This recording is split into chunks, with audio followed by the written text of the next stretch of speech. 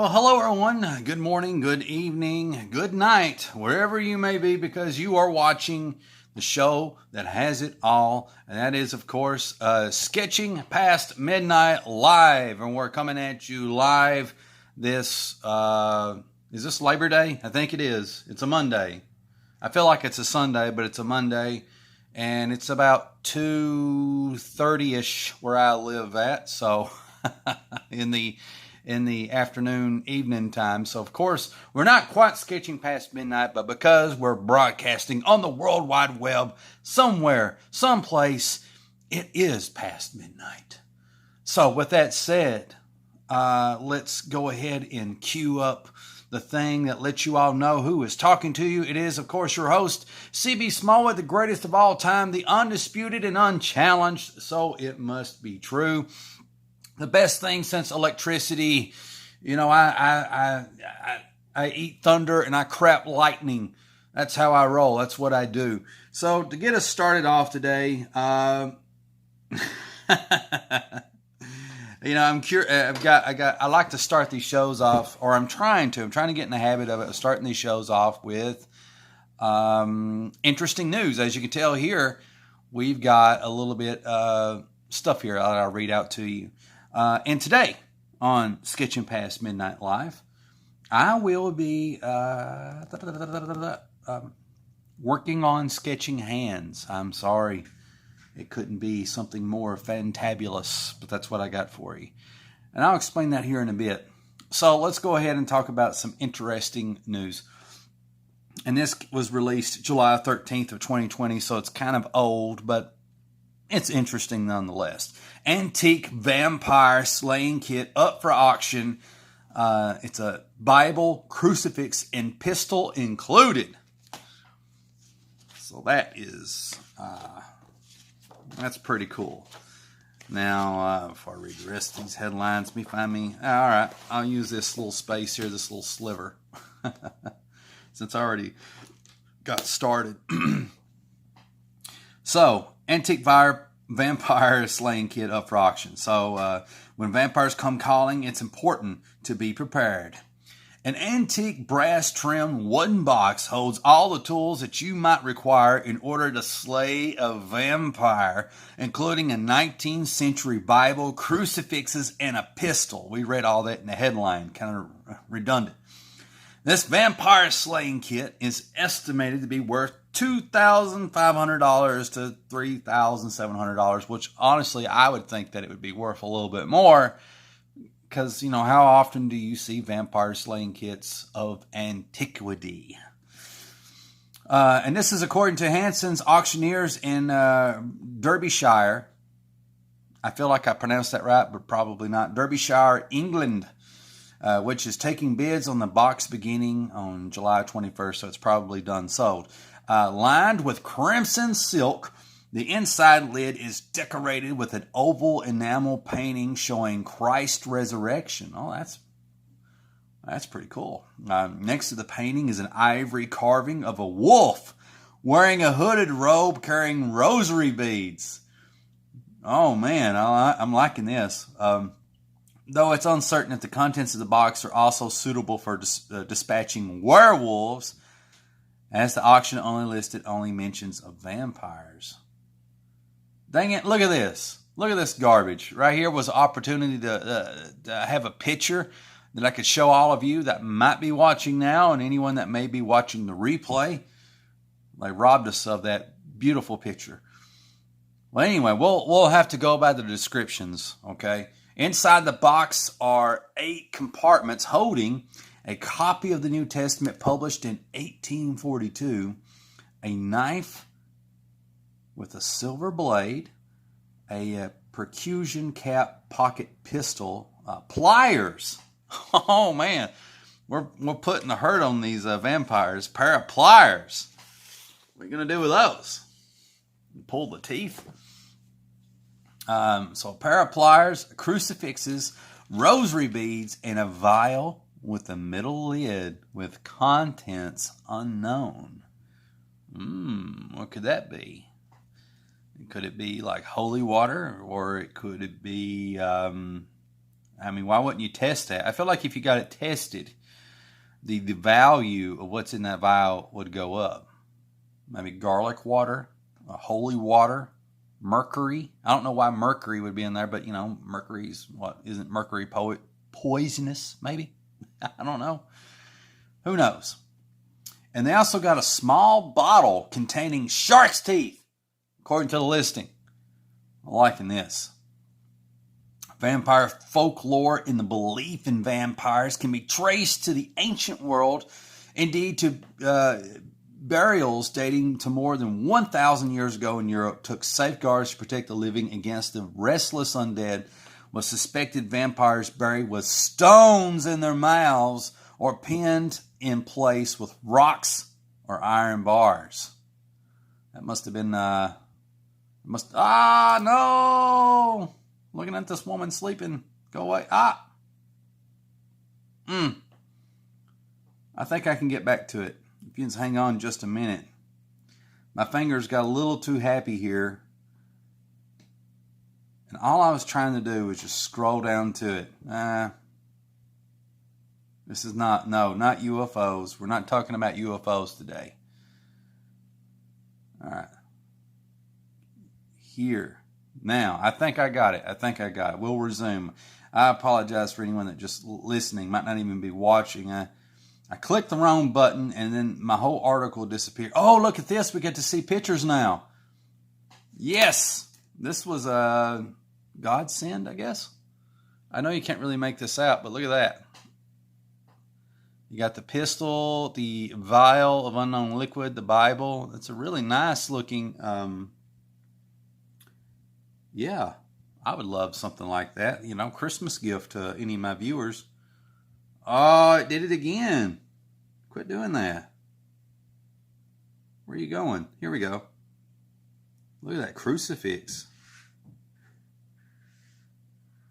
There's a wolf in a box with rosary beads. Looks like it's made out of ivory or something. Nice. All right. And the article goes on to state, for people who believed in creatures that rose from the... Gosh.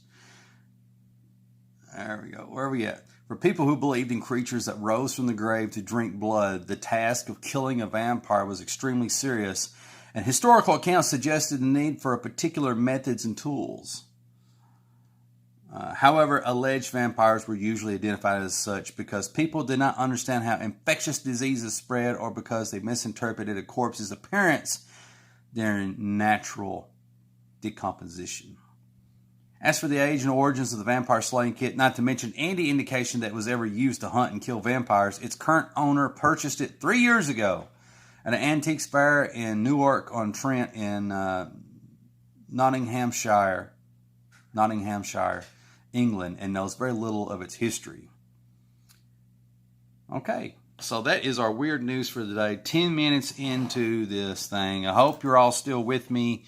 For anyone that's watching the replay, trying things up, changing things up, trying to make everything interesting.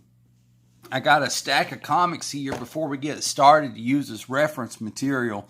A short, quick story before I get started is you ever go to a comic book store and they sell you a comic that's got backer on it? You know, backer spit, tobacco spit. Have you ever encountered that? And the same comic book shop that sold me a comic with backer spit on it also sold me a comic that had a stain of fecal matter. I don't know if this was from an animal or a human. But make no mistake, it was fecal matter. And, you know, I didn't want to throw the comic away. So I cut out the area. So we no longer know that who all worked on this book.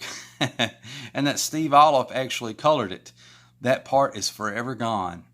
But really, I didn't, you know, you couldn't wash out that poop. Because it had smeared all the way into Captain America's face. So let's avoid touching that. But the rest of the pages are A-okay.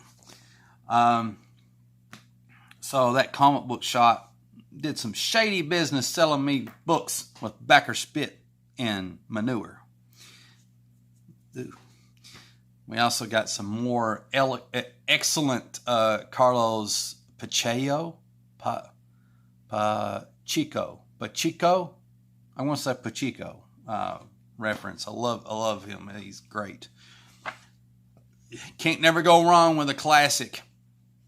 You know, the funny thing is, you know, you can pay like $20 or $30 or more of X-Force #1 online on certain sites, but you can find them for like $1 or 50 cents at comic book conventions, you know, if you go to the right one. Got some Marc Silvestri here. I really wanted to have the Marc Silvestri Darkness handy to get started. Also got a little bit of Simon Bisley reference material here. I like the way that he draws muscles and the shapes in the arm. Him and Sam Keith do wonderful arms that I like to study from, learn from, stuff like that. So I got this in case I get that far. Of course, we can never go wrong with the tried and true Jim Lee. And some more Jim Lee for you. So let's go ahead and we'll set these to the side. I already had the Carlos Pacheco dug out, so we'll go ahead and get started with that. I hope everyone's having a good morning, evening, afternoon, and a good night. It's time to start sketching. And one last thing. I know I've been talking a lot now for 13 minutes, not sketched a single thing, but CB Small with the greatest of all time, just in case you were lost. And also, we've got the question of the day, which is, what is a terrible memory from your childhood? What is a terrible memory from your childhood?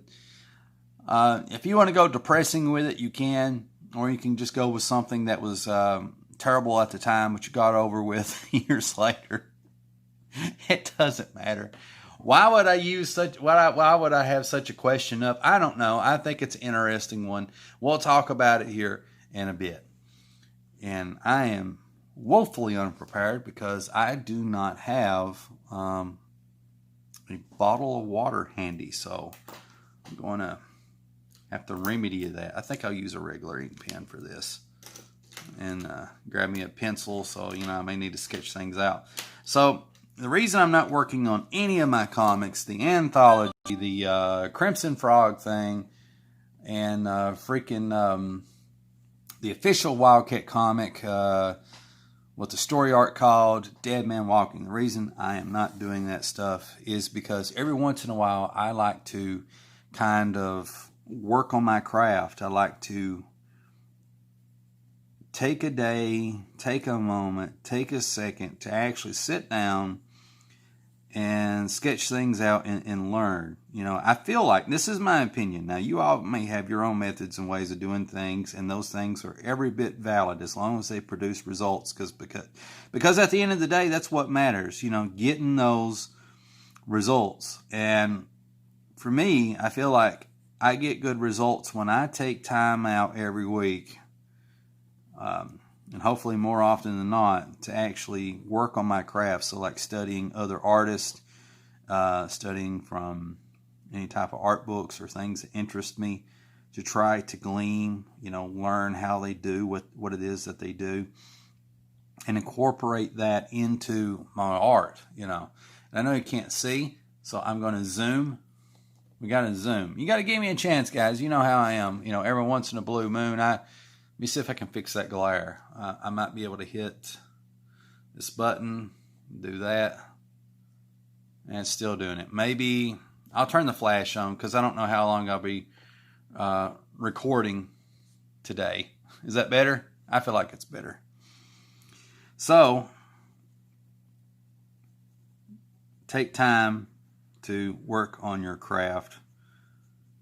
And I feel like one of the biggest ways that I work on my craft, ironically, is just making comics, you know, because I learn so much from every time I make a comic or I draw a page.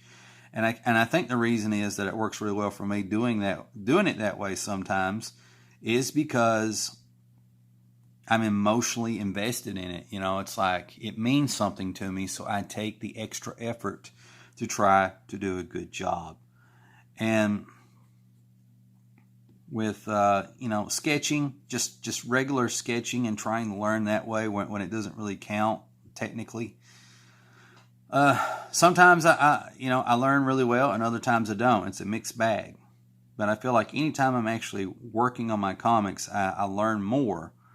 So some of you might be like, well, why not just work on comics? Well, sometimes you just need to change it up and do something a little different. So I'm just doing regular sketching right now.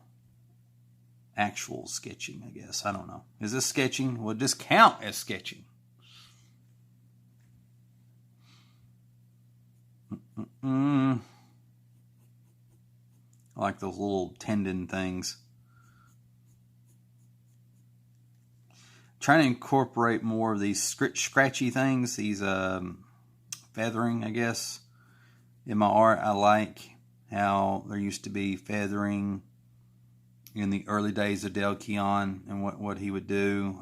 You would see this artist that used to do Iron Man, Bob Layton. That was the guy I was trying to think of the other night who would have feathering in his stuff. I got this ink pen to make it official.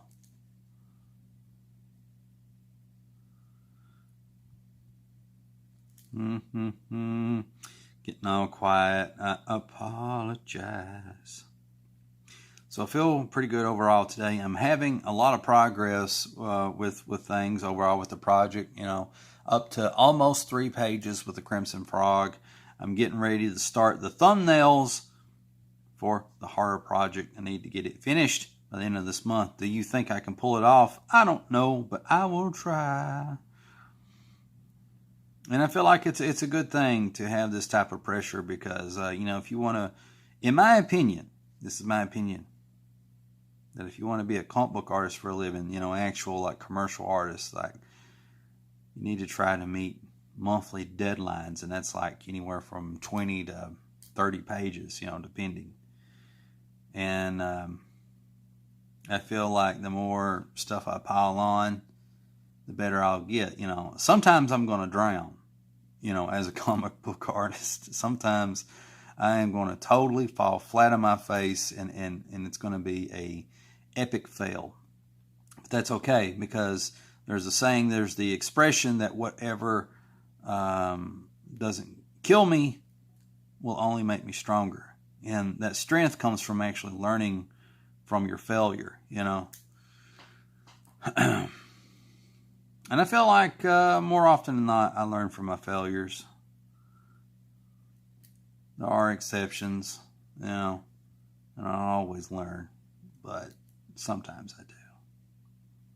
And it's only through pushing yourself to do things that you're not capable of that you start to build the strength and the durability to be able to actually do those things. It's a lot like bodybuilding, weightlifting.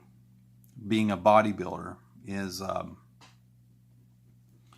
bodybuilders, and they never get credit for this, because a lot of people associate bodybuilders as being meatheads.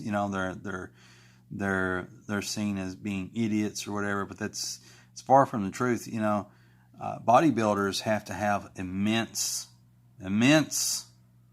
mental capabilities to do what they do. They have to have the willpower. One of my big things about one of my personal philosophy things, I got a lot of different ways that I view the world, but one of the important ones is the cultivation and the value of willpower, to be able to push yourself to do things that normally that you wouldn't be capable of, to suffer through things that in the short term is going to be very miserable, but in the long term there's going to be long-term monetary gains or benefits some way, somehow. And bodybuilders understand this, and bodybuilders are able to use another tool besides willpower to achieve their goals, and that is like mental visualization. They're able to look at their body in the mirrors. You ever see the bodybuilders always posing in front of mirrors and stuff? Well, they're able to look at themselves in a mirror and see their muscles, and they flex their muscles, and they're kind of getting a gander of, kind of getting a view of how everything's working and how everything's flexing, and they're looking for definition. And if they see any bit of definition, they start to imagine that definition deepening and stuff like that. They see the areas that they need to work on. They envision what they want their body to look at, what time they're looking in the mirror. So there's a lot of stuff that's actually happening there. And it's not just a vanity thing of them flexing. The mirror for a bodybuilder is an extremely useful tool in building one's body up and shaping one's body for the desired result. And it takes a lot of mental power to do that. It takes a lot of mental discipline, a lot of willpower to suffer through the pain, to do like 10 more reps, to do the reps that you cannot physically do, but you force yourself to be able to do them. And guess what? Over time, your body builds a tolerance to those weights that you're normally used to lifting. Because when you start to feel the burn is when you're actually starting to build muscle, because what's happening is your muscles are literally tearing. They're ripping apart when you're lifting weights, when you start to feel that burn. I think there's like some type of acid, lactate, whatever. There's an acid that builds up in your muscles and stuff, and that's one of the reasons you feel a burn. And when your muscles go back to repair themselves, they grow back thicker. That's why muscles get larger when you lift weights and stuff. They grow back thicker, so that way when you go and you do things that are stressful to your body, that your body is more capable of handling that weight and doing what you need it to do. The body is extremely flexible in that regard, extremely adaptable. There we go. That's the word. More adaptable than anything. And so the thing I like to argue to all of you, the point that I'm trying to make, if there is one, is when you're trying to improve as an artist and stuff like that, one of the things that you should do, that I tried to do, I don't know if I accomplished it or not, is draw things I'm not comfortable with, find the weak areas in my art and try to spruce it up and learn. And also challenge myself. So like, I'm trying to get a lot of pages drawn in a short amount of time within a couple of months. We got 8 pages here, another 8 pages there, 20 to 30 pages over here, and of course, the ongoing whatever Wildcat Saga, the Dead Man Walking story arc that I'm working on. So we got all those things coming together, and it seems like a bit more than what I can chew, but that is okay. I'm not fearful of it. I don't have anxiety about it, because I know that even if I fail, which I will not, even if I fail, I'm going to learn from it and I'm going to get better. And the next time I attempt something like that, I'm going to improve. I'm going to be able to be more likely to accomplish it. And every single time I pile on more things than I can chew, I'm going to level up. I'm going to get stronger, and I'm just going to get things done. Does that make sense? So I'm either going to be able to bench all these comics that I need to draw, or I'm going to pass out from all the weight. But when my mind heals and stuff, when I psychologically recover from it, when I go to attempt it another time with the same amount of weight, I will be able to lift it. I will be able to bear it. I will be able to carry that load. And that's going to make me a better artist, a faster artist, a more confident artist, in my opinion. Now, I could be wrong.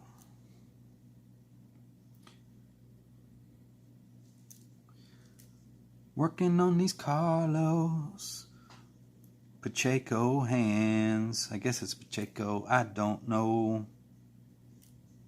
You know, when I do my mental junk food videos, and I haven't done them in a while, but I'm going to resume them again as soon as I get my office area clean. And I will get that clean. I've already been working on it and getting it suited up, spruced up.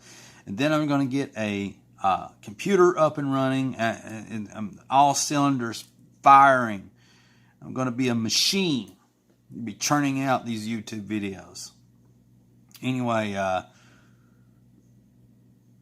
what was the thing about mental junk food? There was something relevant to what I was talking about, and I lost my train of thought. I'll think of it later. But that's another bit of good news is I'm getting a lot of that stuff done. And so that's another thing for me to feel, positive and happy about and stuff.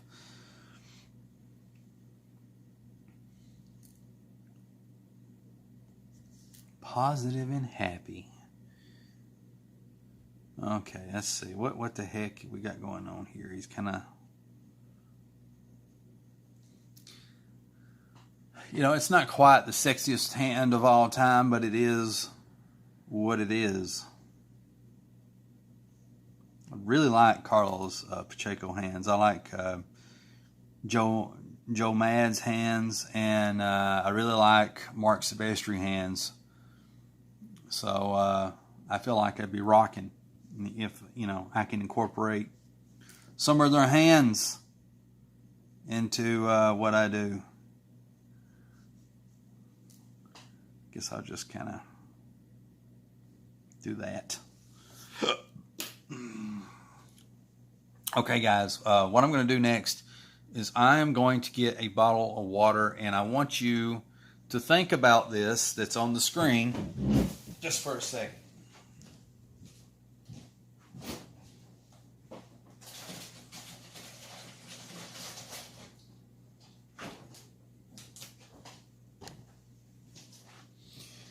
Oh, the question of the day. What is a terrible memory from your childhood? And if you don't answer it, I know that this question has triggered you and you're traumatized. And I will, of course, as always, answer my own questions. Let's see. 87%, so the battery is holding up good, so I'm happy with that. Let's see what else we got here. Bunch of stuff. We want to clear all that. Okay. Sip my water some more. So you guys like how the show's going so far? Is it good? Enjoyable? We started out talking about vampires. Talking about a vampire kit that's for auction back in July. Somebody must have bought it. It's around $2,000 to $3,000. Pretty nice looking kit. Don't know if it's been used. That'd be a interesting question. If somebody ever had a chance to put it to use. Look at these hands. I just ain't got enough space. What I really like to do is draw this hand over here. You know what I could do? I'll do this. And then just smooth it on over. Somebody's being like, that's a sin, what you're doing in that comic book right there. I'm sorry. I just can't see what I'm doing here.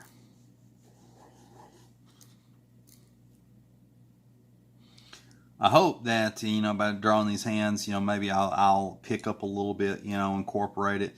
Now, I studied Carlos Pacheco hands back in the day. I've studied every artist that you can think of. That is pretty good. And if you name them, I can tell you what I studied and want to learn from them. And the other day, I was flipping through and I was reading Heroes Reborn Avengers, and I was looking at Chap Yep art. I don't know how to pronounce his name, but I think that's it, Chap Yep. And then I forgot that I had studied Chap Yep as well. It's funny. Sometimes the way I draw the mouths and all the little details and stuff that I add comes from him. And also Rob Liefeld and Todd McFarlane at one point. But anyway, at one point I did study Carlos Pacheco hands.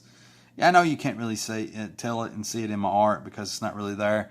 Most of the time when I draw hands, they turn out really blocky. But that's because another big influence, Erik Larson of Savage Dragon. Picked up a lot of stuff from him as far as hands and stuff goes. And you know, one of the things I like about Erik Larson is like when you look at his comics nowadays, and some people may disagree about this, but when I look at it, I remember, you know, when he started changing his style, it was really inspiring because it made me feel like there is absolutely no reason why I can't make comics because look at this. And I know that's really insulting to say that, and I don't mean it in that way. But he started changing his style over when he, maybe a little bit before this, when he did the Savage World storyline, where there was an alternate reality or alternate timeline that was created that Savage Dragon was dropped into. At one point, you know, he fought giant bugs. At another point, he went to an undersea world. And I remember looking at this stuff and I'm thinking, there is no reason why I can't do the same thing, you know. And so, yeah. Take that for what you will. Okay. I always like to draw, like, when I study hands and stuff like that, I feel like it's beneficial to kind of draw the angle that they're coming at, because if I have the fist coming this way like that, then that might not be the way the fist will look at that angle. So I know that the artist is taking time to draw the fist at the top angle, so I need to make sure that I kind of put that in there so when I go to replicate it or put it in my own art, I know to have it at that angle. And what time I'm trying to Frankenstein my art, you know, take a little bit from this artist, a little bit from that artist, that does remind me of somebody.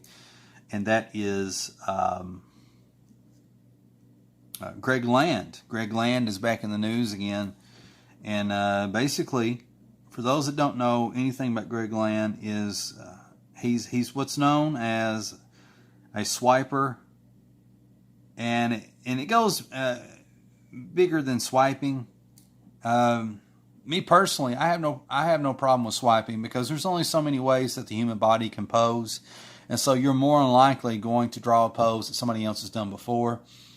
All the big artists, all the big professional artists, they have like a collection of poses that they use, these go-to poses that they use over and over and over because they're extremely dynamic and they make the comic look awesome and fun. So some people consider that a little bit of a swipe. I don't know. It doesn't matter. Swiping is done as homages, and sometimes swiping is done as meeting deadlines. I don't know. But the big problem that a lot of people have with Mr. Greg Land is he... let me move this over. There we go. He traces. He takes other people's artwork and he traces it. What is the expression? Verbatim or whatever. He right down to a T. And it's obvious. And then a lot of people notice that Greg Land, you know, traced a lot of porn. If you look at his X-Men run, the women had these very suggestive looks on their face that wasn't always appropriate for the scene that he was drawing. And when I say appropriate, I don't mean like naughty or nasty or anything like that. I'm talking about, you know, when a girl's supposed to look scared. Instead, her facial expression is one of ecstasy. But, you know, people have found like some porn, soft porn, reference that Greg Land used, and also Sports Illustrated and stuff to do his X-Men. And I don't know. I don't see not much wrong with that. He's just using reference. But the thing is, Greg Land has got to the point where a lot of his stuff is nothing but reference and nothing but swiping other artist work and stuff like that, you know. So it gets him in a lot of trouble, you know. But really, you know, I guess a lot of artists do it, you know, do that. They just don't get caught. And for whatever reason, you know, Greg Land, once he got on everybody's radar, everybody started poring over his stuff, you know, watching every little detail. And, you know, he can't really hide, you know. He would have to change, he'd have to use a different pen name so he could actually maybe escape some of the notice of him being, you know, swiping and tracing and stuff. I don't know. But anyway, I feel like, you know, some of the flack he gets, he deserves, and I feel like some of the flack that he gets, he does not, you know, because some people are just over hypercritical and you know, I think at this point, you know, he doesn't really need to swipe as much or reference as much everything that he does. I could be wrong. Could be a lack of confidence is the reason that he does that. But when you're first starting out, when you're first, you know, whatever, you may have to do a lot of that because you don't know how to draw everything. You're learning. And, you know, for like Joe Kubert would encourage people to use tracing paper and stuff like that to learn, to grow, you know, and get better. And all this other stuff. But some of you be like, well, CB, you know, we're talking about stealing other people's work. Well, yes and no. You shouldn't, like, you know, blatantly, you know, rip people off and benefit off of it, you know, because they spent a lot of time to create the thing that they created. So I understand that. But again, you know, there is a debate, like the human body only poses so many different ways. So what do you do? You know, you can't flex every character all over the place like Spider-Man, you know, and that works for Spider-Man because he's supposed to be spider-like. Can't do that with Cyclops. I don't know. I wonder if you can get the argument that I'm trying to make here. So anyway, what is the big controversy that Greg Land has found himself in now? Well, he did, like, I don't know if you know this or not, and I talked about this in a mental junk food video like a year or two ago, when Dark Horse, when basically Marvel Comics bought Fox. So Fox owns the rights to like Predator and Aliens, and freaking Dark Horse makes their money off of making Alien and Predator comics. And I was like, in my mind, it's like, there's no way that Marvel's going to let them keep that license because it doesn't make sense. In a way. It depends. You know, the comic book industry is changed. It's not the same beast anymore. So it may make sense to let them just license the characters out to Dark Horse still, so that way they can have a revenue stream coming in and they don't have to worry about any overhead. But I knew that Marvel was going to get their hands on it, and they did. And so now I think the Aliens franchise is in the hands of Marvel Comics. And they're reissuing all the old Dark Horse omnibuses, which is really cool. It's a really nice thing to the fans. And they had Greg Land draw a brand new cover to one of these omnibuses, and it's a fantastic looking cover, really. I think it looks really cool. But apparently it looks like Greg Land took 3 different images based off of artists' work, combined them together, and created a whole new image. And he changed some of the poses here and there, but the hands were clearly taken from whatever, and the body was clearly taken from whatever. And the head, you can make an argument about the head. I feel like it was a little bit more original than the rest of it.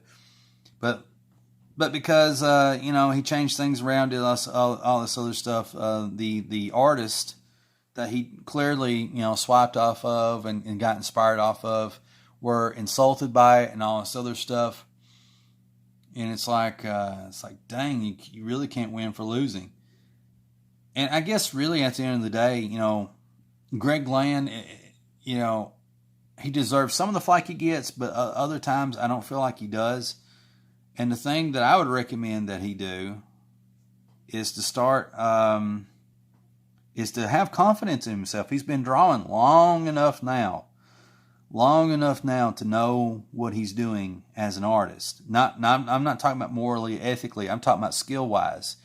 He's been drawing long enough to know what he's doing as an artist, and he should just, it's just time, man. It's just time for him to have that confidence to just draw from his head. He should know where all the muscle groups go and all this other stuff, and experiment. And that way, even if he has a pose that does look similar to somebody else, it's going to be harder to spot, and it's going to look more like his own thing. And that's kind of my train of thought on that. Am I wrong? Am I right?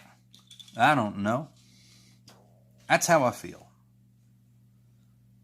I mean, people are so hypercritical about using reference and everything and all this other stuff that there's like this artistic purist out there that don't understand, an artist doesn't start, when you first start drawing comics, you don't start out being able to draw this. That's not realistic. That's not how that happens. And able to draw all that, you got to have some reference and some stuff. I'm sure Carlos Pacheco was able to draw some things from memory, probably something like this. But there were other poses in there that he probably had to sit down and really figure out.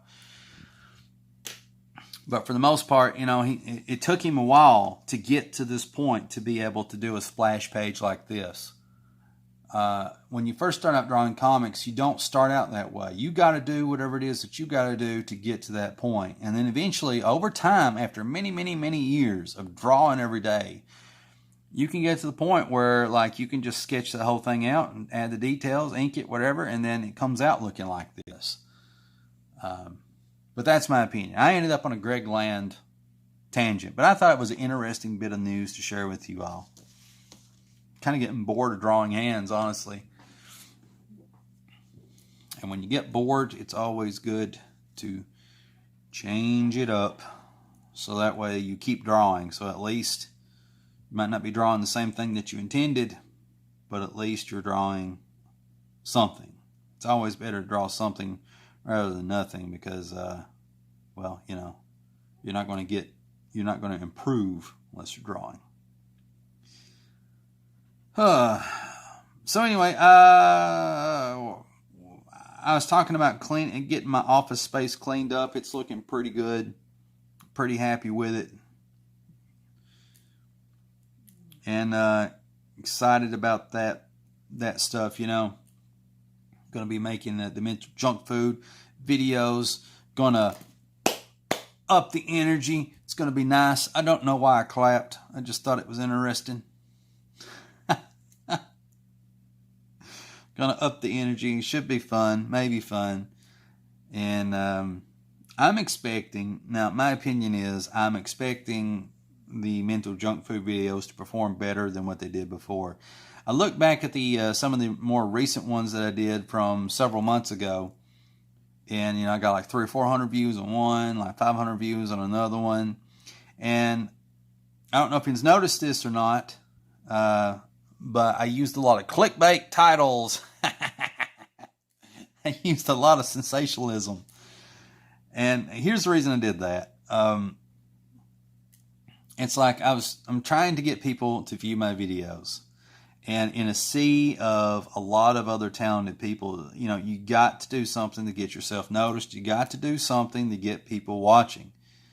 If I can make YouTube videos for a living, you better bet in a heartbeat that's what I'd be doing. If I could make more than what I do now at my day job, there would be a career change in a heartbeat. So, I did clickbait titles. I think. Several months ago, experimenting with that, and that went well. You know, one of the clickbait titles I had was the comic book industry bows to Richard C. Meyer, right? And the comic book industry at that time was not really bowing to Richard C. Meyer, nor have they since, you know. But the point of that article was how the industry has changed, and whether or not comic book industry professionals who once would never consider it, would they consider working with him now, you know? Because there's a lot of people that is out of work because of the changes that has happened in the comic book industry.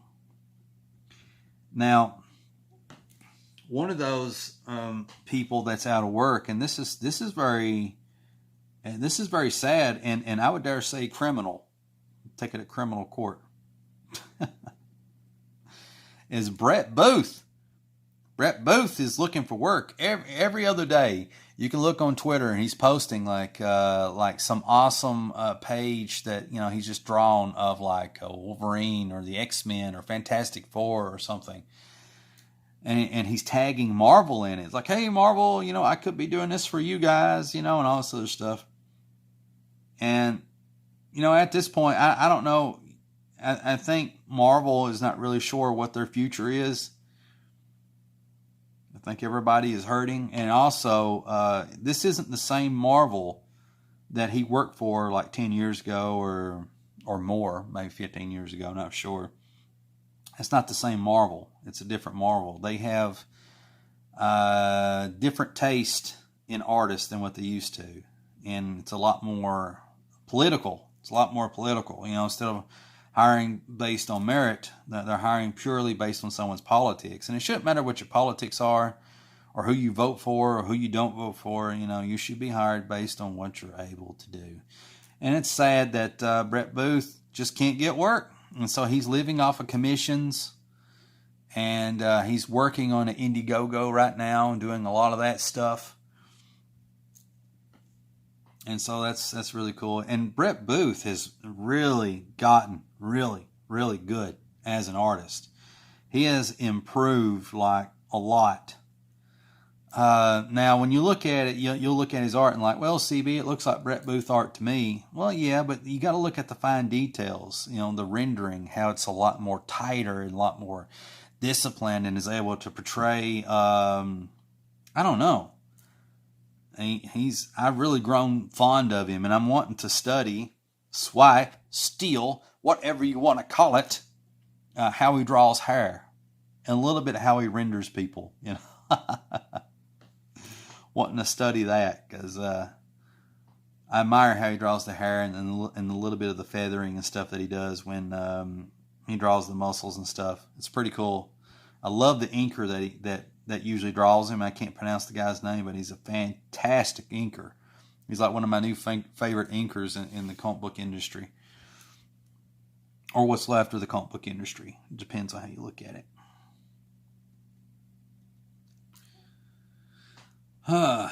But lost my train of thought. So mental junk food videos, clickbait titles coming your way, and hopefully I can start, you know, getting more subscribers, growing my channel, get to 1,000. My goal, well, first of all, I want to get to 500. Where am I at? Am I at like 380 or 480?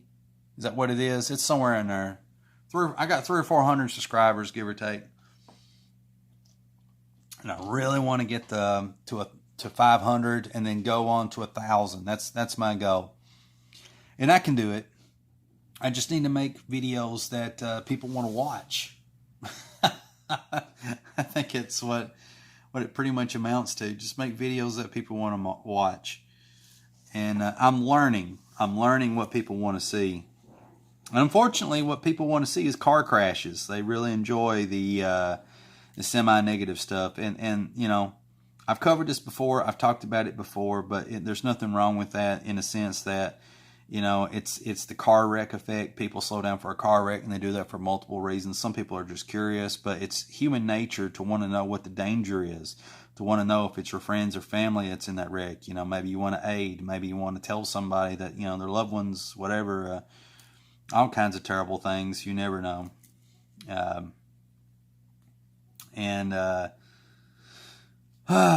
So there's nothing wrong with the curiosity of such horrible things, and that usually takes precedent because human nature is about survival of the species. And so we want to notice and pay attention to the negative news sooner, quicker, and with more priority than we do about a basket full of puppies. And a basket full of puppies is great. And maybe newsworthy. Talking about how good the economy is or whatever, you know, that is newsworthy. That's something that you need to know about, or I don't know, whatever. But doom and gloom always does better, and I explained why I feel like, so I don't want to retread that, you know. So I'm going to experiment with my mental junk food videos whenever I get a chance, and I'm going to see what people respond to, you know. But one thing I don't want to do is I don't want to be a jerk. No matter what I cover, what I talk about, I don't want to be a turd, you know. I'm still going to be me. You know, if you think different from me, if you have different politics from me or different religion, whatever, I respect that. You be you. Be happy about being you. No shame. None of that stuff. And I feel like as my YouTube channel grows, as I get to where I want to go, I'm taking you all with me. We're going up together. I'm going to be the tide that rises all ships. Okay? That's my goal. And I think you should make it your goal too. And if you don't, that's fine. It is what it is. Let me show you what I'm drawing. I know it's really far away, but I was looking at this Carlos Pacheco face. And if you notice, I did it different. Somewhat intentional, you know. It's mainly like there's things that I prefer to do in a certain way. And so it just kind of comes out looking like, yeah, I just want to capture the essence, you know. Maybe that's what Greg Land needs to do. He needs to capture the essence. I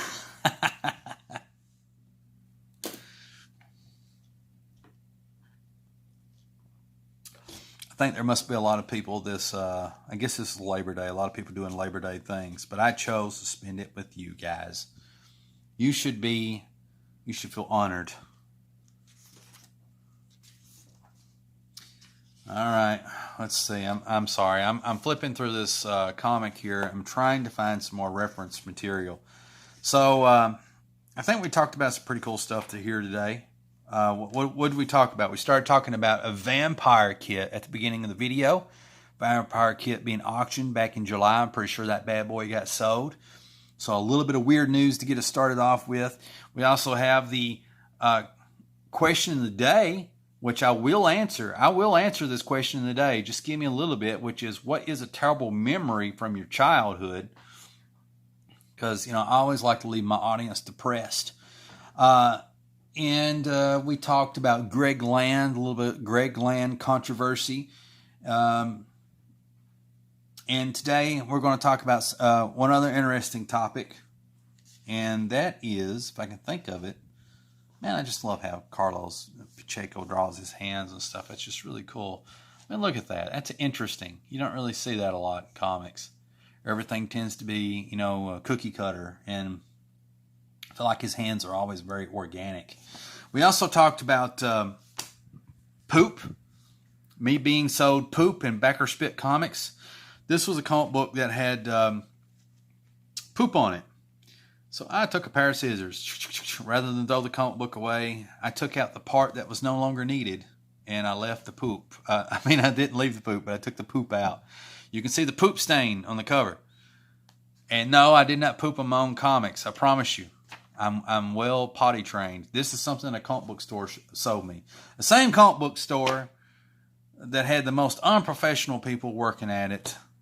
They could care less whether you bought comics or not, and I guess that's the reason that they had to move 2 to 3 locations, are now in an itty bitty building with all the staff fired, with one person working.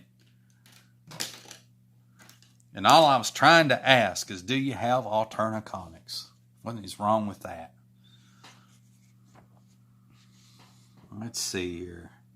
I think I'm gonna study some Liefeld. All right. Let me tilt this up just a little bit. There we go.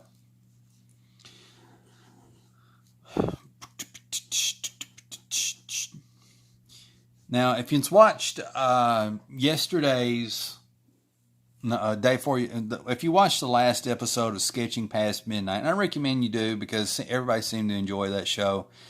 In it, I talked about my fledgling professional wrestling career, how it got started, and I never finished that story, and I may save the ending for it later. Nothing fancy, it's just interesting. I think you will all be fascinated by it. And I also talked about movies. What movie would you want to see remade?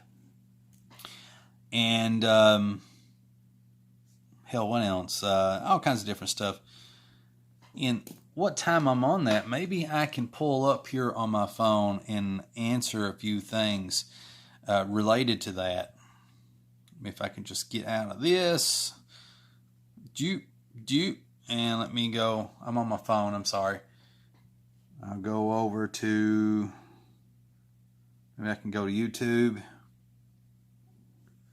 I'm going to try to pull up some comments. I'm going to read some of yesterday's comments. Or day for yesterday's. I don't know. Where are we at here? I got this comment the other day.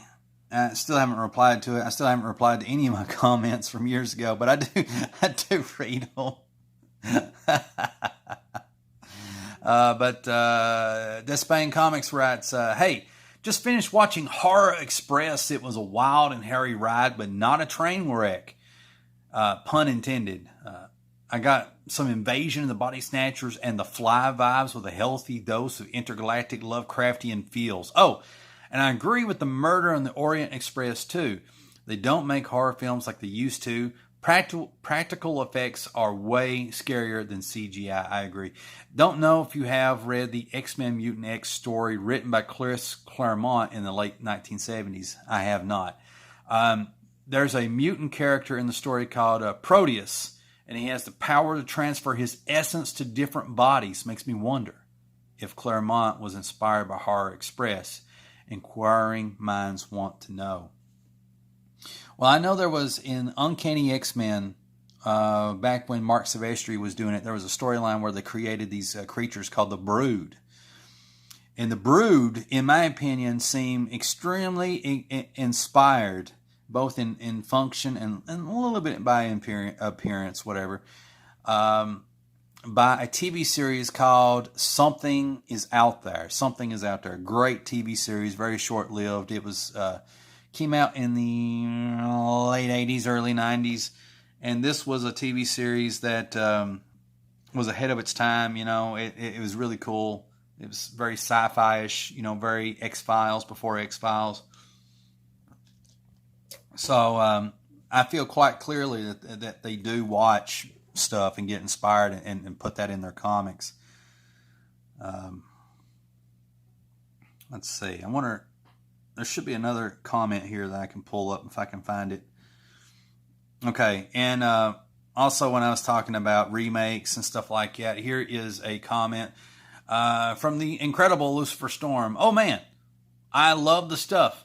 I have it on Blu-ray, laugh out loud. If I had a gun to my head and had to pick a movie or two to be remade, then I would probably pick Revenge of the Radioactive Reporter, if I can speak English. Revenge of the Radioactive Reporter. There we go. A 90s Canadian movie that often gets compared to Darkman, even though it's nothing like it. I'd also pick Savage Streets, not the horror, but exploitation. And I also choose MS-45, but I highly doubt anyone would remake that in today's climate. It would definitely pee off a lot of exploitation cinema like myself, laugh out loud. I also like to see a reboot of Faust, Love of the Damned, and I would love to see a sequel to The Incredible Melting Man. I think your question has opened up a mental floodgate for me, laugh out loud.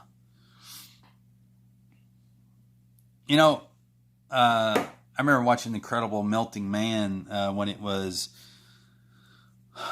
the video VHS, baby, when it was at a video store called Videoland, no longer exists. And I don't know, it's just if it's the same one I'm thinking about, the guy, he's an astronaut, and I think he gets too close to the sun or something like that, and he comes back and he just can't stop melting. And he's becoming mentally deranged because it's affecting his brain, and it's just a fun movie. It's just a fun little movie. It's interesting, It's pretty cool.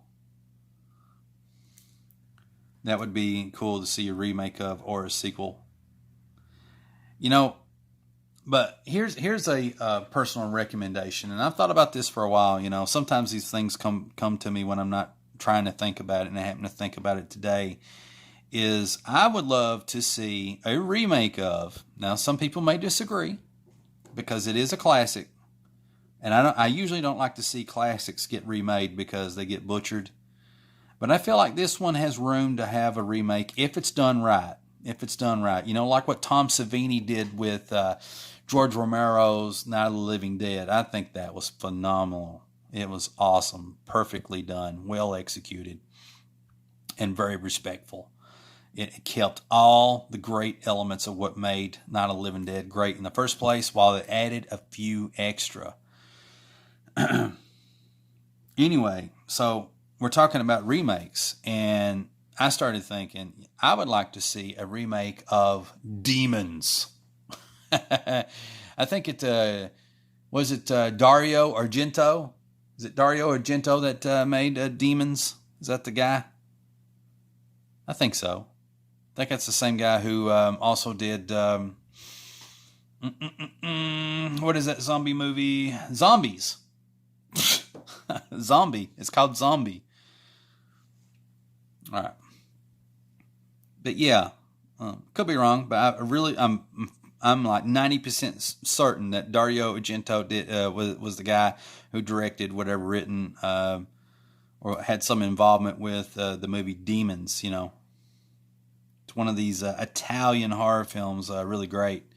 Anyway, in Demons, it's a movie where basically there's a bunch of moviegoers that's trapped in this theater, and these demons just start overtaking the theater, and it's awesome. I don't want to say any more than that because if you've not seen it, you need to watch it. Now, as always, this is back in the day when people's attention spans used to be a lot larger, a lot more, whatever. It's before the conditioning of a lot of advertisement on television where they play three 3-minute commercials, and then they give you 10 minutes of entertainment, and then go back to 3 minutes, and that causes people to have a 10-minute attention span. But man, I really recommend that you guys really give it a chance, and if you're not really patient with things taking off slow, trust me, it's interesting. You're not going to be able to take your eyes away. Just give it a chance, and then once it kicks into high gear, it really doesn't let up, and you're just going to enjoy yourself. It's going to be a good movie. It's Demons, and I really like to see a remake. Now, the way that Demons ended really opened it up to something awesome. And the closest I've seen to a demon zombie / world being opened up during that period would be Day of the Dead, where we got to see a little bit more of the world, and also Dawn of the Dead. And so what I would like to see in a remake of Demons, I like to see the same thing unfold the way it did, and also I would like them to do a sequel Not like the sequel that they had to the original Demons, but just kind of pick up where those characters left off, where you get to see the impact of what happened at that theater. And I think that would be a really cool remake if done right. Who could remake it? Who I would pick? Why not Tom Savini? Maybe him. Robert Rodriguez. I think Robert Rodriguez could do a good zombie movie. We already got to see that in the Grindhouse film that he was a part of.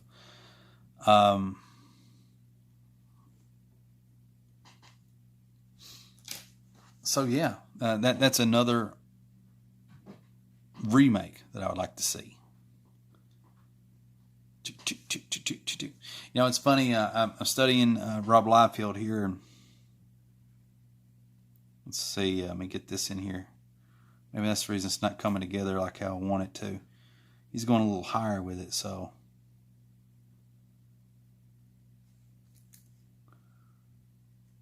You know, my art's kind of coming out different from how he's doing it, and the reason is I'm not following it down to a T. I'm just kind of doing my own thing a little bit. I'm just kind of taking the elements that I like. This cheekbone needs to go here instead. Here's the thing that I'm looking at. Shatterstar.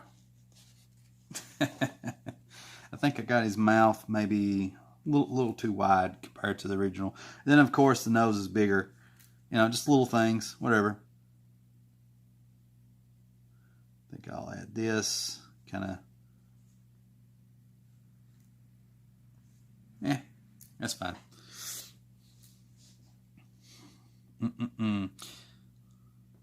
All right, guys, I'm getting that done. All right, I think we're getting close toward the end of the video. So what I'm going to do is I'm going to answer the question of the day, because you losers, you absolute dretch of humanity, couldn't even humor me with my question of the day. Or maybe it's because somebody's like typing the world's longest reply to it. You know, they're going to give me a really good story. But I'm going to assume the worst, that nobody's going to write back. Nobody's going to comment. So let me pop up the question of the day, and I'm going to answer it myself, because I'm awesome like that. And the question of the day was, what is a terrible memory from your childhood? What has traumatized you? And I'll leave that up so as I'm answering it, we know what's going on for anyone that may just happen to tune in a little bit later. All right, so a bad memory from my childhood. All right, I have one in mind. You know, there's all kinds that I have. One in particular is in kindergarten. This is a kindergarten story, so we're going to start as early as possible with this answer. So,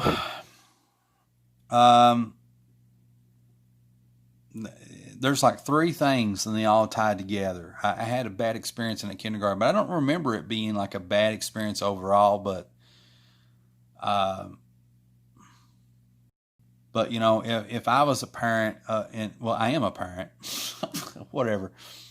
As a parent, you know, if my son went through these things, I would not be too fond of the teachers. You know, they would not like me. I don't think I would. I'm going to cause them some grief, since they caused him grief, but that hasn't happened. We're not at that point yet. So anyway, this is what happened to me. Kindergarten, three things of interest, if you will. The first thing is, I remember when they was teaching us to write and stuff like that. We'd write our name, and we had that paper that had the big lines going across it with about these inch spaces in between. And they had these rubber things, not like this, but like a little bit shorter, maybe about this big. And they were a little bit more thicker than that. And they had these indentations where the fingers can, you know, get in them. And I found that very confusing. And I was watching everybody else write their name and stuff like that. And I was having trouble because I didn't know how to hold the pencil. So I'd watch everybody. It looked like everybody had their pencils like that. So I'm looking at it, and it's not working for me. And then like looked like somebody had their pencil like this. And then I was like, well, maybe it needs to be in these fingers like that, I really went for sure. Maybe this way is the way you hold it, and I was really struggling. And so the assistant teacher, and this assistant teacher will pop up later in the story, like he's like, no, you need to hold it this way, like so, like this, no, uh, like like this, no. So like this, no. And then eventually, the pencil ended up in my hand in this position, and she just grabbed it like just like that. Okay, and so that's the reason I do that. The interesting thing to the story is, I believe I was left-handed. Yeah, God. Thinking a left-handed child putting a pencil in the right hand, not being patient with them in the first place to know what the heck they're doing, whether they's left or right-handed to begin with, and then not understanding that they're left-handed and putting the pencil in the left hand. What's the deal with that, Scooby-Doo? It's dumb. I think that's pretty dumb. All right, so second story is, I don't know why, and this second story may have actually occurred after the third. This might be a conspiracy theory, but the second story is basically, there was all these toy stations in kindergarten, all set up all around the room during playtime. And one of these toy stations, let's say they had Lincoln Logs. Nobody played with the Lincoln Logs, really. I think they may have, I don't know if there was like a puzzle and another one. I think the girls may have had like some Barbie dolls. I don't know. It seemed like a lot of these toys were the dretch of toys. They were just really to be desired. I always remembered that there was a kindergarten class next door, and this isn't so much a thing about the teacher, but more like the toys that she had, because you could see the toys in these milk crates right at the entrance of the door, and it was the best of the best. They had freaking Rodan, it seemed like. I can't remember. Maybe Rodan, but they definitely had like some Godzilla villains, like what's that one that has the saw blade in the chest with the two hooks for hands and a big red eye? It's better help me out. Or whatever, his name is there. that one was there, and one toy I can say for sure was there was, she actually had Clash of the Titans. She had the guy that comes out of the water, the Kraken. She had the Kraken. He was missing one of his arms, I think. But man, I wanted to play with those toys so bad. But that was the freaking class next door. So in the room I was in, we got all the lame, average toys, but with one exception. One exception, and that exception was in the front of the room. There was this stage. There was a stage that was about 4 foot high, 5 foot high, no, 4 foot high. And it had red curtains. And it had puppets. And it was awesome. It was great, the puppet stage. Will Avenger says, Gigan. Gigan is the name of that toy with the hook hands, saw blade in the chest, and the big red eye. I always liked the other one too. I thought the other one was really cool. Rise up, Megalon! Rise up! Destroy everybody, Megalon! He would shoot grenades out his mouth, and it's just cool. He had the drill bit for hands. He was like a cockroach-looking villain. Well, anyway, Well, where was I at? So there's this big puppet stage, and that was the best thing in the room besides Lincoln Logs. Nobody wanted to fool with the Lincoln Logs except for me. Well, Avenger says, I was in that class, laugh out loud, Miss Hooker's class. How was Miss Hooker as a teacher? I never asked you that. You know, like I felt like the teacher I had was nice, but that was my pre-pubescent brain, you know. But anyway, so I guess so. There's this big puppet stage in the class, and I always eyed it, and there was always some turd that was always there, and I'd always get stuck with Lincoln Logs. And I really wanted to play the stage, and this went on forever. You know, every single day for every single week, it seemed like that was the deal. And one day, I looked over, and it's playtime, and there's nobody. There's nobody at the puppet stage. Nobody's there. And so, I see this as my opportunity to strike.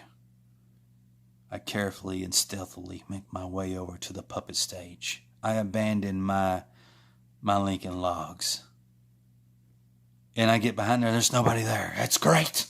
I pick up the puppets, the little hand puppets, and I start to play, and I'm like figuring out how they move, and they got these little skirts that go over your hand, and I chick, chick, chick, chick, and I do this, and it makes their arms pop out, and it's like rock'em sock'em puppet looking things.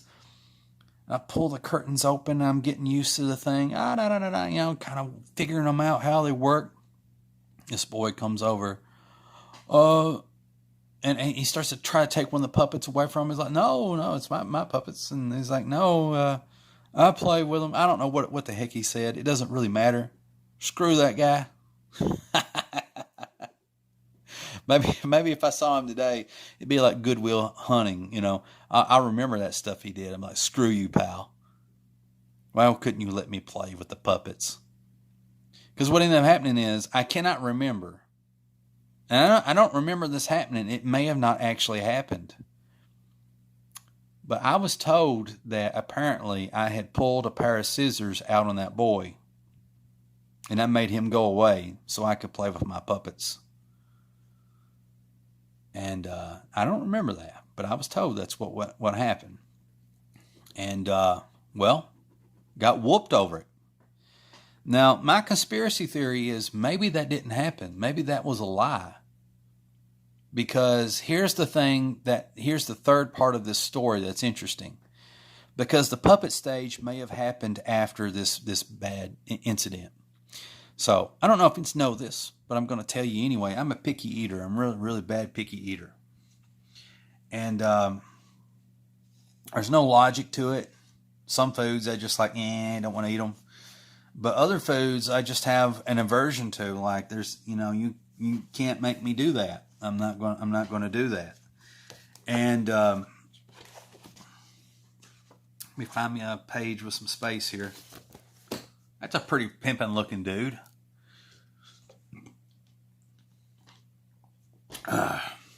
So anyway, what was I thinking? All right, so the third bad story from this time period is I'm a picky eater. And when I was around 2 or 3 years old, I got really bad sick. I just wouldn't eat nothing. And so the only thing my mother could get me to eat was cheese sticks from Pizza Hut. That was the only thing, And I guess when your child won't eat, you're going to feed them whatever you can get them to eat, Sorry. And anyway, that's what happened. So every day I got cheese sticks to eat. And then eventually my appetite came back when I got better. But the thing was, like, I would no longer eat the foods that I would normally eat. I just wouldn't do it. I found them disgusting or something. I don't know. I mean, there's more to it than that, I think, and I don't want to get into all that, but yeah, that's kind of like the situation with that. So anyway, I got to where, I wouldn't eat hot dogs, won't eat hamburgers, sandwiches, anything like that. very particular about what foods I would eat, if you could call them foods. So I'm in kindergarten. It's lunchtime, and so what I would end up doing more often than not would be I would kind of pick through the foods that were edible to me. You know, it'd usually be like French fries or something like that. And there's some days where there'd be absolutely nothing on my plate that I would eat. And that assistant teacher, who probably messed me up with how I hold my pencil, you know, when I was probably left-handed. I was left-handed, and ignored, and would, you know, didn't even cross her mind that was, you know, the reason why. And also, even if I wasn't left-handed, you know, having not the patience to show me how to do it correctly. But actually, I think it's a bit of a blessing, because I feel like I have a lot of control drawing this way, and it's just, I feel like there's more control to draw this way. You know, it feels very relaxed. I got my finger that curves dothen here and this, and then I feel like this way you have to apply a lot more pressure, which I'm sure there's a lot of people who've been drawing this way forever. Everybody draws this way, I think. And, you know, that it can be equally relaxed when it comes to drawing. But just for anyone that wants to try it, try like putting the pencil between these two fingers, and then draw like this, and then just let this middle finger curve. Let it get out of the way. Don't try to force it, and just, you know, just draw. And let your thumb and your, what is this, the forefinger? Is that what that's called? Let these two fingers do what they do. You might like it. You know, some people does, some people don't. Just something to think about.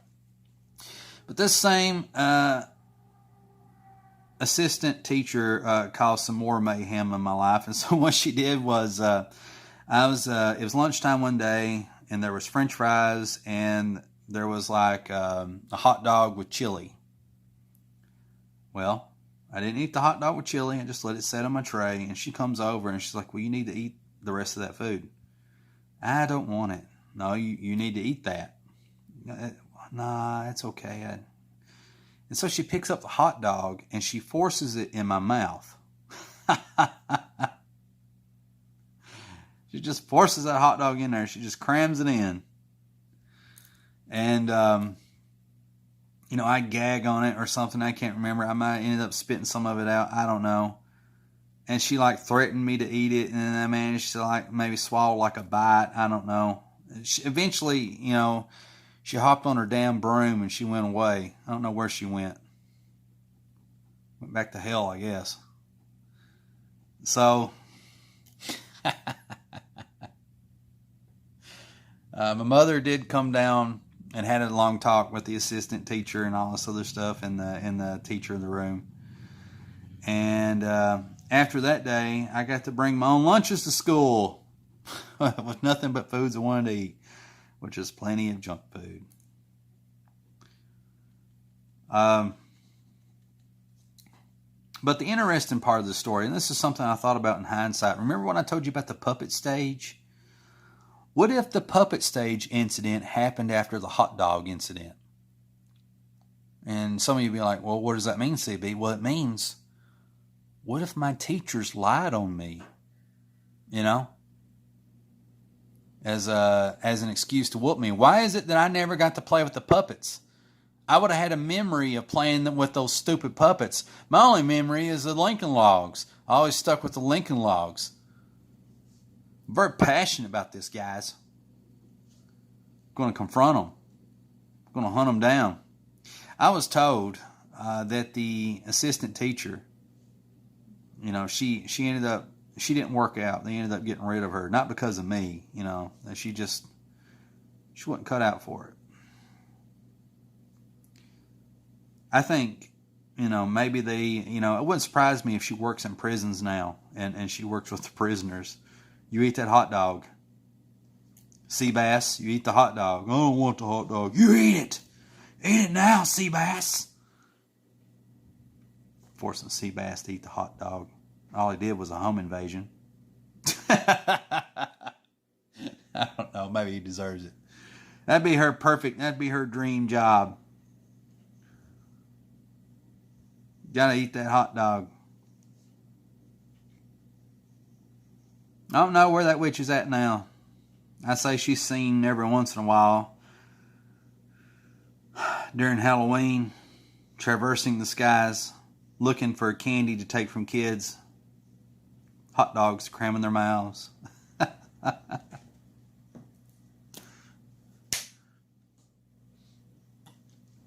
Tell you what, you all suck, you little voyeurs. Will Avenger up here answering questions, telling you about traumatic things happened in my childhood.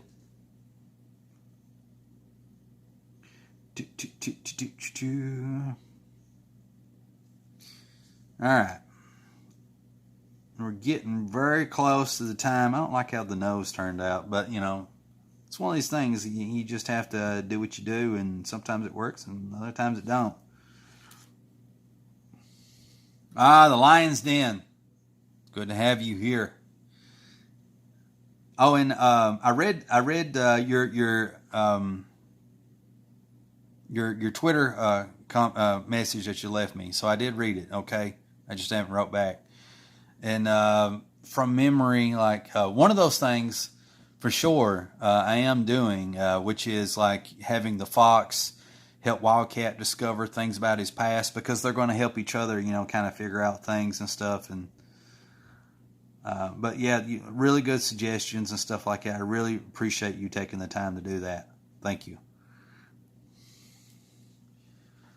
Okay, let's see what else we got here.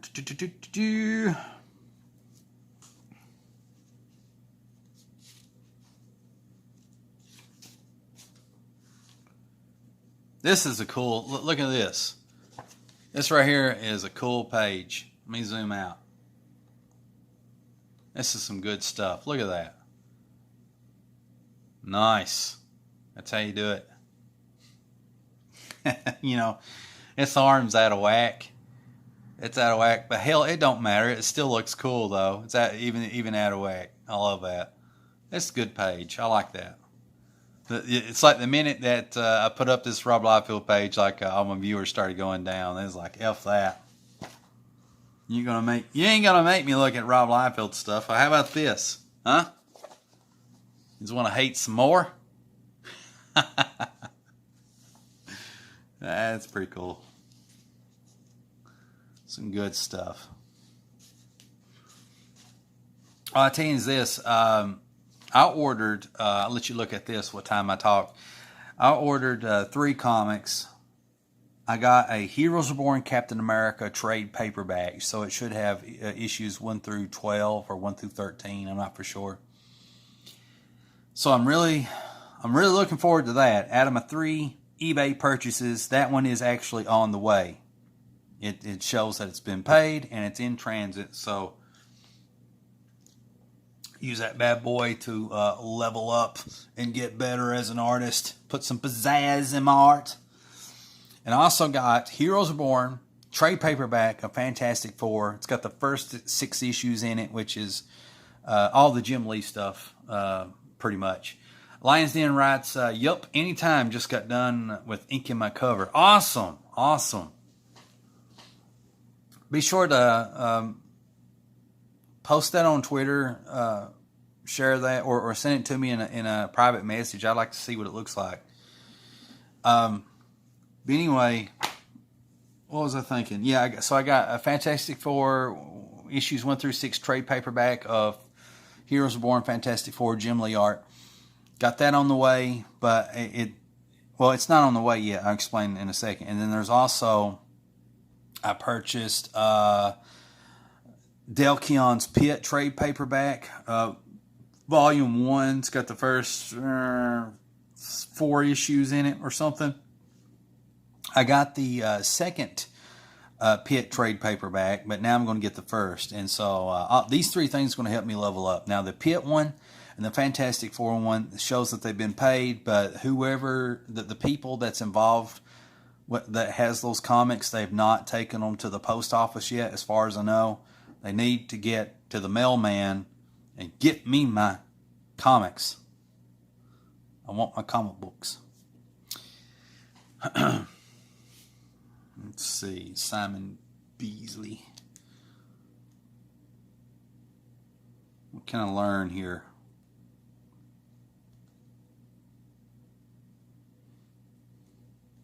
I could flip this in front of you guys so you can actually see what I'm looking at. Just kind of looking for something that really speaks to me. It says, hey, you need to sit down and learn from this. You need to Greg Land the hell out of it. That's right. Right now I'm telling you, I'm liking this arm. That's the first thing that pops out. That's a badass looking arm, if I don't say so myself. That's what it's all about. Well, I think what I need to do is I may need to wrap things up. I may need to finish cleaning my office because I want to get that set up, and I need to get my computer up and running. I need to work on that because I'm going to do some mental junk food videos from that location. I'm also going to do some other video series. I'm going to up my game. I'm even thinking about buying a neon sign for sketching past midnight. I'm not really for sure. Got to find one that's reasonably priced. A neon sign, baby. And I'm going to find one of those blue, purple, red lights that people put in the background, I want to have a nice setup, really pimping. But we'll see. Well, I don't know if I'm going to be able to pull that one off. I should get everything, all my projects drawed. But as far as like getting my room organized and pimping, oof, that's another issue altogether. But anyway, I really appreciate everybody tuning in, and it's been a blast. I think this has been a good episode. We talked about a lot of interesting things in it, and if you've not watched it from the beginning, I encourage you to watch the replay because we talked about the vampire kit being sold at auction. We talked about the controversy with Greg Land. We talked about the trauma, my trauma from my childhood. And we also talked about drawing hands and drawing in general and how to, one way to look at leveling up, getting better, improving and stuff.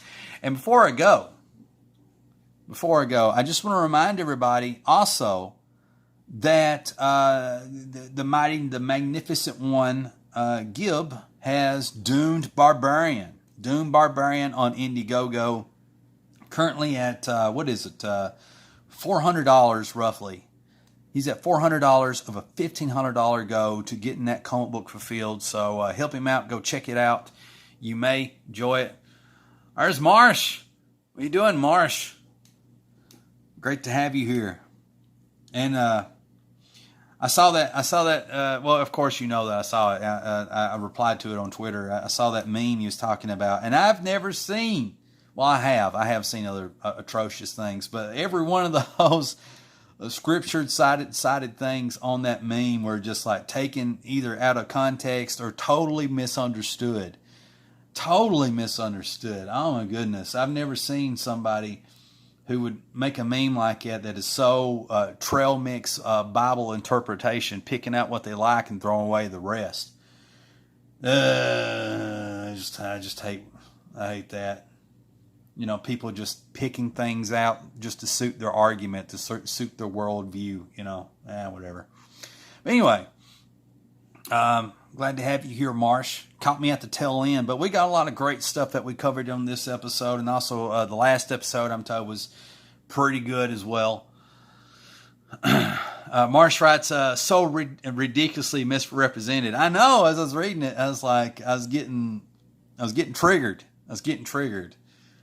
Like they had one that was talking about how, I don't want to get too much into it, but like how somebody was anti-war, and it's like, no, that's not what that means.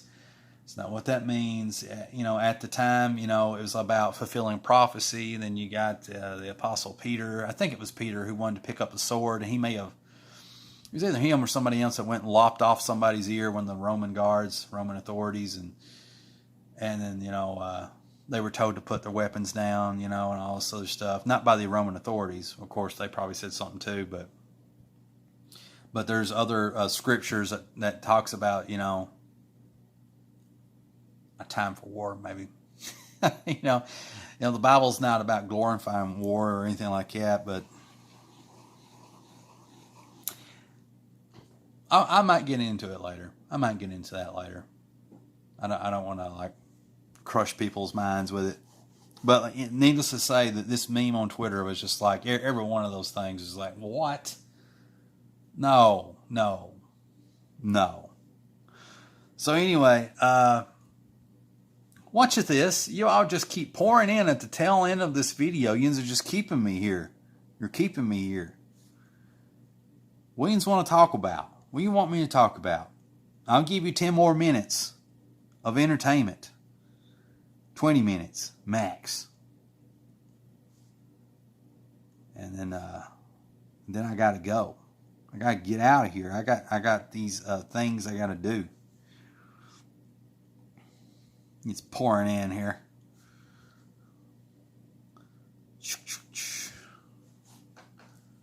I'm just sketching something totally random, not looking at anything. I'm not channeling my inner Greg Land right now. This is totally just me riffing it out here.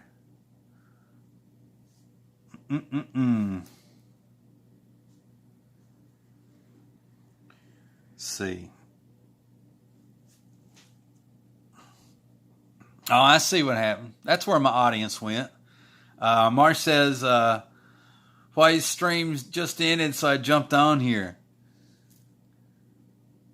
I'm going to blame, this is your fault, Fway. So everybody's going to end up watching the replay now, because you sucked up all my audience, buddy. That's where everybody went. I didn't even realize that he had his show on right now. I probably would have waited. But it's like one of these things where like I have an opportunity to do the show, so it's like it's either I do or I don't, because I don't know if I'll be able to do it, later tonight, when it's actually nighttime, when it's actually past midnight.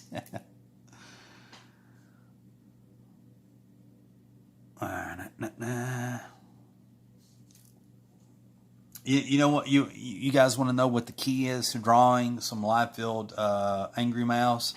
It's basically this. Just think of Batman, and you come in here.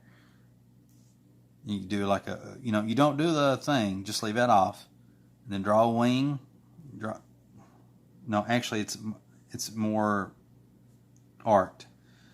And then you come down here, and then you kind of do a tip. And then, just get your stuff in there. And there you go. You got you sort of a live-fieldish mouth. So you just draw like a modified bat or Batman thing without all the little grooves in it.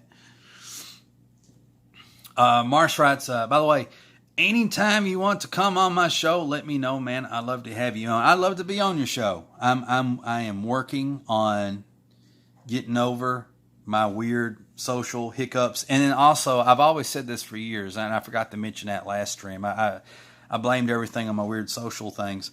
But I always have technological problems. But now I'm just getting to the point in my life where I just say hell with it. And I'm having a lot of success using my phone to do a lot of stuff with. So, I will try to come on your show soon. I really will. And shoot me a message, or I'll get up with you one to the other on Twitter, and I'll do that. I'll come on. I just, my schedule's always all over the place. See, I'm already finding excuses, but I will. We'll work it out. We'll get it figured out. What's the best time that works out for everybody. I'm wanting I mentioned this last video. What I'm wanting to do is I want to start having guests on my show here in the future, and then if I do that, you're welcome, and everybody else is welcome to come on. And I just haven't got to that point yet, but I'm going to very, very soon. Marsh makes comments right. Oh yeah, what do you use to the live streams? OBS. Well, there's two things that I use. Oh, I gotta go, guys. It's time to go. I use Prism Studio Live.